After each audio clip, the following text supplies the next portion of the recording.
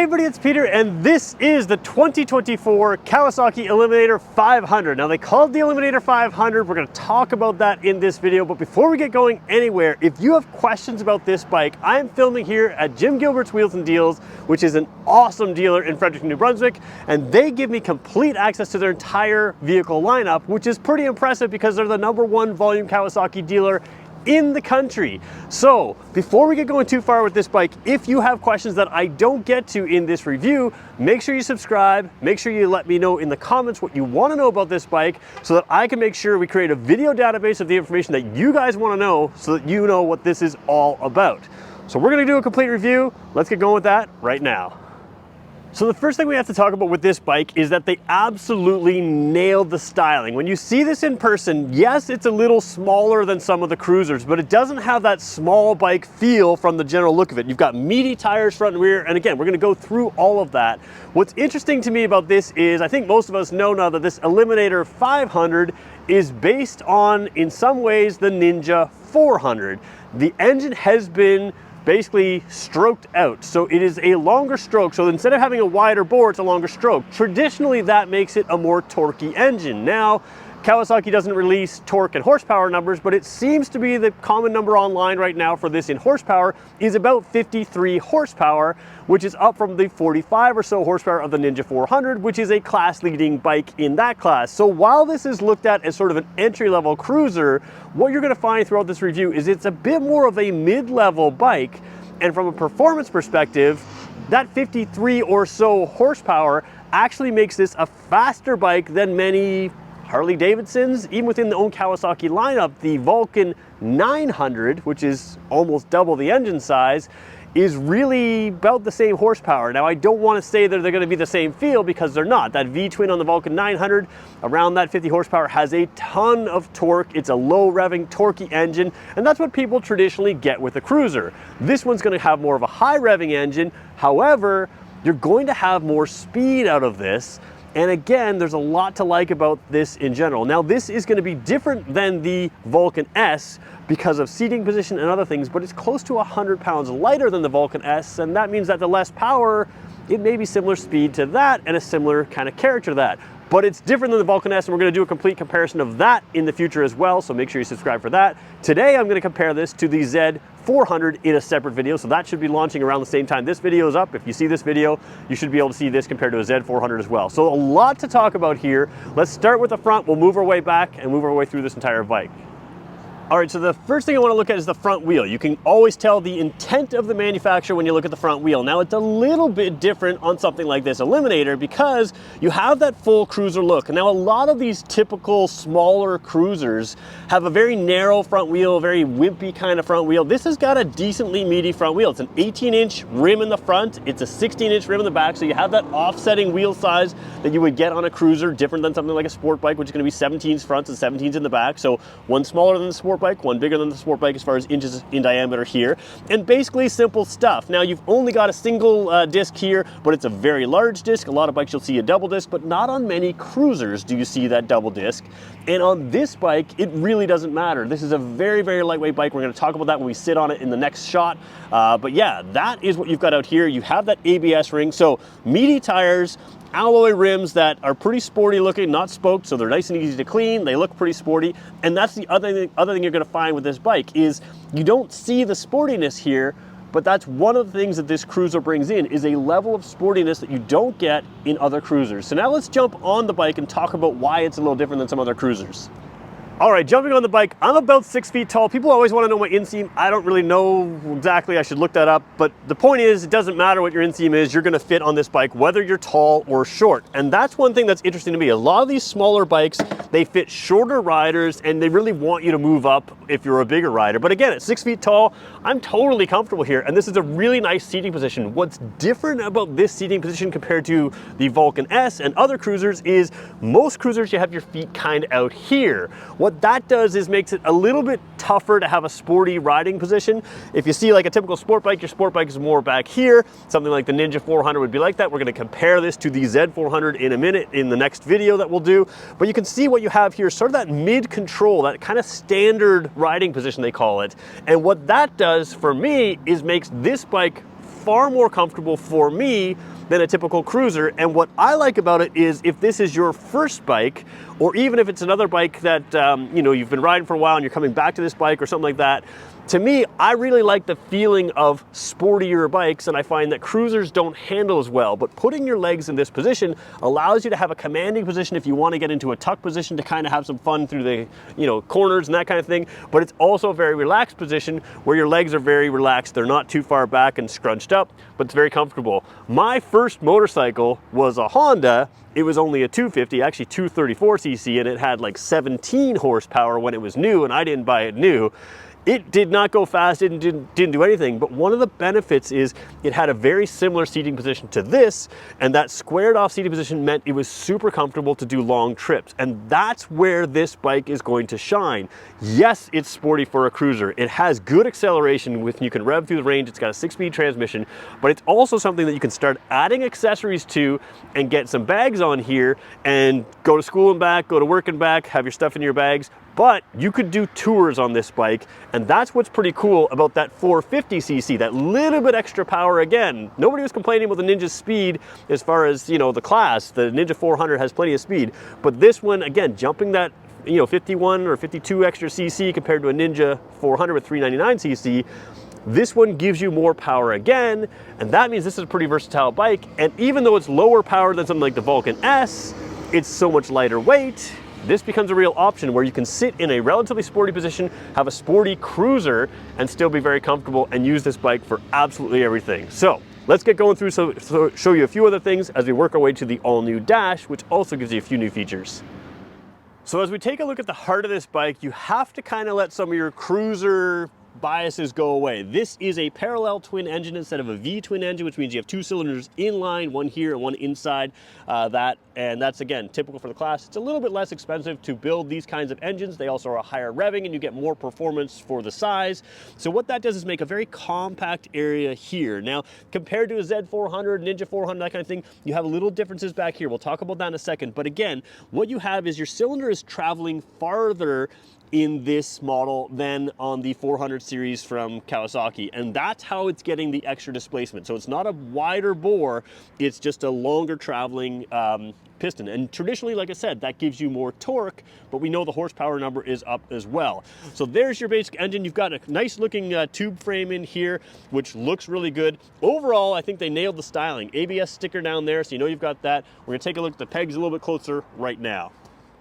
All right, so we're taking a look at the peg here. One thing I want to point out is the oil window is going to look low. The oil's not low, it's still in there. The bike is tilted on its side stand, so don't worry about the little oil window that you're seeing right there. Let's look at the pegs here. What I like about that is you can see on the bottom of the pegs here, you do have a feeler. This is a bike where you can lean it over and have some fun. So that's what this little nub right is here. You have a cruiser style peg. I like that. They didn't do the part sharing with the 400 series bikes. They got the style right. And you also, again, have some vibration resistance by having a really, really soft peg there. And then you can see down here, this is also sort of softly mounted down there on the bottom here. That is an extra little weight. That's going to help deal with vibrations. Now, you don't usually have that on, for instance, like the Ninja 400, but you do start seeing in the 650 class of Kawasaki. So here in this 500, which is a 451, you do have a little bit of extra vibration dampening down here in the peg, which again, is just going to make for a smoother ride. So again, little bits of detail here that take this up from that entry-level bike, which really, you know, sometimes you see 450 and from an insurance class, this is more of an entry-level bike, but from a, you know, real riding class, they step this up a little bit and put a few extra features in. Got the steel brake pedal right there. Let's take a look at the suspension in the rear and then we'll move our way to the dash. All right, this looks like a really busy shot, but it actually shows you quite a bit. So first thing we're gonna show you is the shocks here. These are simple shocks. They have some preload adjustment. It's sort of a one-time adjustment. You have to adjust the right side and the left side to the same preload adjustment to get consistent performance, and that's another difference between this and the 400 series bikes from Kawasaki. You have dual shocks here instead of the single one. Now that does technically add a little bit more weight. It also gives you the cruiser style. You know, it kind of is what it is, and it's going to work perfectly fine for this bike. What's interesting is you have a very long swing arm here, which is going to help with handling, going to help with ride, going to help with a lot of things. You've got your rear disc brake, you've got the ABS ring in there, so you know you've got that. And of course the rear pegs as well also have some padding. Let's talk about the rear passenger comfort versus the driver comfort on this bike, because I think it's something worth mentioning.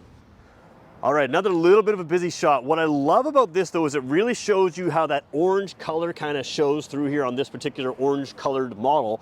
Now, rear seat passenger, I think that this is okay, but it's worth mentioning, and I've heard it in other reviews and seen it in other written reviews, the driver's seat is soft and comfortable, and this is sort of a universal thing. People around this dealership here are all saying, hey, this is a really comfortable driver's seat. This is a pretty firm pad. Now, I think it's perfectly fine for most buyers of this bike.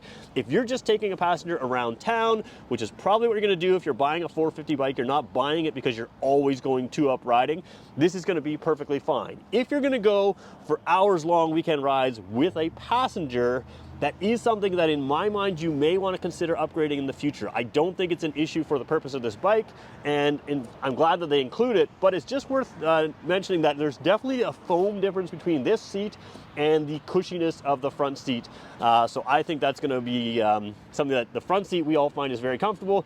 The rear seat we all think is a little bit firm. Now, over here, you also have a couple things worth mentioning. See these little, bolts there that you can sort of pop out? You can start adding accessories there. So you can put bags on the side, you can do all kinds of different things if you want, and that's going to give you that real practicality in a 450-ish cc bike that you don't get from some of the 400s. The other thing I like here is you have really nice lighting here. Let's just take a quick look from the back.